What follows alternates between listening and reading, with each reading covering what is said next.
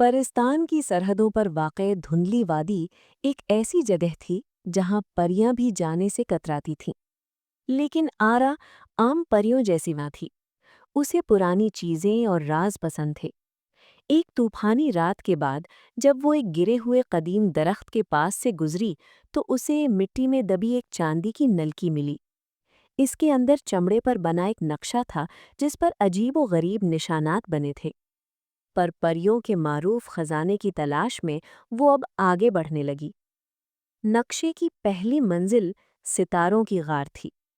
آرا جب وہاں پہنچی تو وہاں گپ اندھیرا تھا، لیکن جیسے ہی اس نے نقشہ کھولا، غار کی دیواریں ستاروں کی طرح چمکنے لگیں۔ اسے لگا کہ سامنے ہیروں کا ڈھیر ہے، لیکن قریب پہنچنے پر اس کی امیدیں ٹوٹ گئیں۔ وہاں کوئی ہیرا نہ تھا، بلکہ دیوار میں ایک خفیہ خانہ کھلا جس میں سے ایک اور نقشہ نکلا۔ اس دوسرے نقشے پر خون جیسے سرخ رنگ سے لکھا تھا، منزل ابھی دور ہے، ہمت ہارنے والا یہیں دفن ہو جاتا ہے۔ آرا کے پر تھر تھرانے لگے۔ اسے محسوس ہوا کہ کوئی اس کا پیچھا کر رہا ہے۔ اندھیرے میں دو آنکھیں چمکیں، لیکن اس سے پہلے کہ وہ کچھ دیکھ پاتی، اسے ایک تیز ہوا کا جھونکا محسوس ہوا اور وہ غار سے باہر نکل آئی۔ دوسرا پڑاؤ۔ دوسرا نقشہ اسے سنہرے جھرنے کی طرف لے گیا۔ یہ جھرنا بظاہر خوبصورت تھا، لیکن اس کا پانی برف سے زیادہ ٹھنڈا اور نیلا تھا۔ نقشے کے مطابق اسے جھرنے کے بالکل پیچھے جانا تھا۔ آرا نے ہمت کی اور پانی کی چادر کو چیرتی ہوئی اندر داخل ہوئی۔ وہاں اسے ایک چھوٹی سی سنہری چابی ملی جس کے سرے پر ایک بڑا نیلم جڑا تھا۔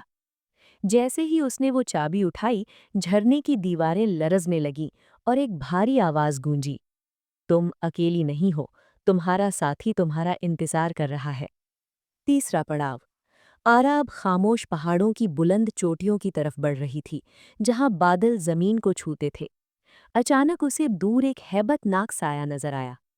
اس نے سوچا کہ شاید کوئی جن ہے، لیکن ایک بلند آواز آئی، رک جاؤ، تمہارے پاس وہ چابی ہے جو میرے نقشے کو مکمل کرتی ہے۔ وہاں ایک نوجوان کھڑا تھا جس نے شاہی لباس پہنا رکھا تھا، لیکن وہ جگہ جگہ سے پھٹا ہوا تھا۔ وہ شہزادہ آریان تھا جو انسانوں کی دنیا سے نہیں بلکہ ایک دوسرے جادوئی جزیرے سے آیا تھا۔ حیرانی کی انتہا نہ رہی جب آرا کو معلوم ہوا کہ آریان کے پاس بھی ایک نقشہ تھا، لیکن وہ ادھورا تھا۔ جب دونوں نے نقشے ساتھ رکھے تو وہ ایک جادوئی مقناطیس کی طرح آپس میں جڑ گئے۔ آرا نے پوچھا، تمہارے پاس یہ نقشہ کہاں سے آیا؟ آریان نے کہا، یہ میرے خاندان کی وراثت ہے، لیکن اسے پانے کے لیے مجھے اپنی سلطنت سے بھاگنا پڑا ہے، کیونکہ میرے چچا اس خزانے کو حاصل کر کے پوری دنیا پر قبضہ کرنا چاہتے ہیں۔ اب دونوں کا راستہ ایک تھا۔ وہ ایک ایسی گھاٹی میں پہنچے جہاں زمین سے آگ کے شعلے نکل رہے تھے۔ شہزادہ آریان نے اپنی ڈھال سے آرا کی حفاظت کی اور آرا نے اپنی جادوئی اڑان سے آریان کو کھائی پار کرنے میں مدد کی۔ آخر کار وہ ایک عظیم الشان پتھریلے دروازے کے سامنے پہنچے جس پر کوئی ہینڈل نہیں تھا۔ وہاں صرف ایک چھوٹا سا سوراخ تھا جو بالکل اس نیلم والی چابی کے سائز کا تھا جو آرا کو جھرنے سے ملی تھی۔ جیسے ہی آرا نے چابی گھمائی، ایک زوردار دھماکہ ہوا اور دروازہ کھل گیا۔ کمرے کے اندر سونا، ہیرے یا جواہرات نہیں تھے۔ وہاں صرف ایک قدیم آئینہ تھا اور ایک نیلے رنگ کا پودا۔ وہ دونوں مایوس ہونے ہی والے تھے کہ آئینے میں ایک عکس نمودار ہوا۔ وہ پرستان کی قدیم ملکہ تھی۔ ملکہ کا عکس غائب ہوا تو کمرے میں گہرا سکون چھا گیا۔ آرا اور آریان نے ایک دوسرے کو دیکھا۔ اب کوئی دشمن سامنے نہیں تھا، پھر بھی دل میں عجیب سا خوف تھا۔ اچانک آئینہ خود بخود چمکنے لگا۔ اس میں ایک منظر ظاہر ہوا۔ آرا نے دیکھا خاموش پہاڑ ٹوٹ رہے تھے، سنہرا جھرنا سوکھ رہا تھا اور ستاروں کی غار اندھیرے میں ڈوب رہی تھی۔ گھبرا کر آرا نے پوچھا، یہ کیا ہے؟ ملکہ کی آواز گونجی، یہ مستقبل ہے اگر خزانہ غلط ہاتھ میں چلا جائے۔ آریان حیران رہ گیا، لیکن یہاں تو ہم دونوں کے علاوہ کوئی نہیں۔ آئینہ تیز روشنی سے چمکا اور اس میں آریان کا عکس بدل گیا۔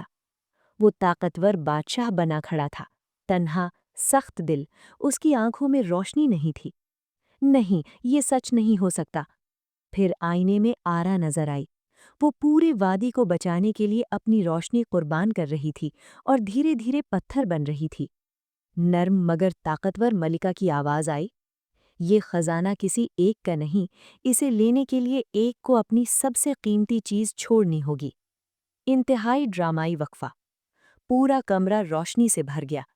کمرے کے درمیان زمین کھلی، ایک طرف نیلا پودا، دوسری طرف ایک چمکتا ہوا تاج ظاہر ہوا۔ آواز آئی، پودا کسی ایک زندگی کو ہمیشہ کے لیے بچا سکتا ہے، تاج پوری دنیا پر حکومت دے سکتا ہے۔ آریان تاج کو دیکھنے لگا۔ وہ اس کی گمشدہ سلطنت تھی، اس کا خواب، سب کچھ تھا۔ آرا نے نیلے پودے کو دیکھا، یہ پرستان کو ہمیشہ کے لیے محفوظ کر سکتا تھا۔ دونوں خاموش ہو گئے۔ آریان نے آہستہ سے تاج سے نظریں ہٹا لیں۔ میں نے پہلے ہی ایک سلطنت کھو دی، اب میں خود کو نہیں کھونا چاہتا۔ آرا کی آنکھوں میں آنسو آ گئے۔